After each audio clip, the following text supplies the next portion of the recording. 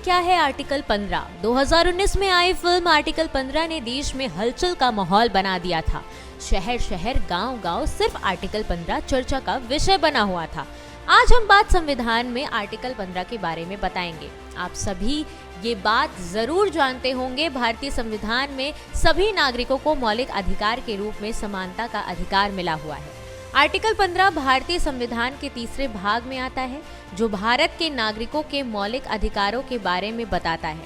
चलिए आपको बताते हैं आर्टिकल 15 देश के नागरिकों के लिए क्या कुछ कहता है। बहुत कुछ कहता है आर्टिकल 15। आर्टिकल 15(1) आर्टिकल 15 का भाग 1 किसी राज्य को धर्म, जाति, लिंग, जन्म स्थान के आधार पर किसी नागरिक के साथ भेदभाव करने से रोकता है।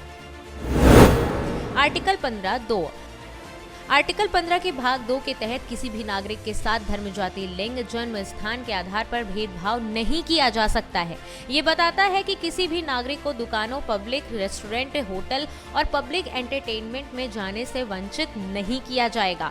इसमें यह भी कहा गया है कि राज्य के फंड से बने या पब्लिक के लिए बनाए गए कुएं, टैंक, नहाने के घाट, सड़क और पब्लिक रिजॉर्ट के उपयोग से किसी भी नागरिक को रोका नहीं जाएगा। आर्टिकल 15(3) और 4 आर्टिकल 15 के भाग 3 के तहत सरकार को महिलाओं और बच्चों के लिए विशेष प्रावधान बनाने का अधिकार देता है। महिलाओं और बच्चों के लिए कोई विशेष प्रावधान बनाने से इस आर्टिकल में कोई भी राज्य को नहीं रोक सकता। वहीं भाग 4 के तहत राज्य को अनुसूचित जाति और अनुसूचित जनजाति को सामाजिक और शैक्षिक रूप से आगे बढ़ाने के लिए विशेष प्रावधान बनाने का अधिकार देता है।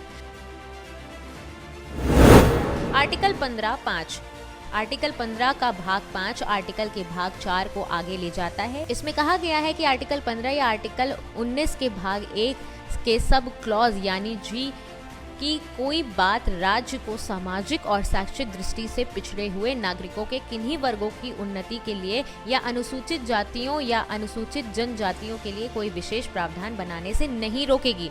विशेष प्रावधान जिसमें प्राइवेट संस्थानों में एडमिशन शामिल है।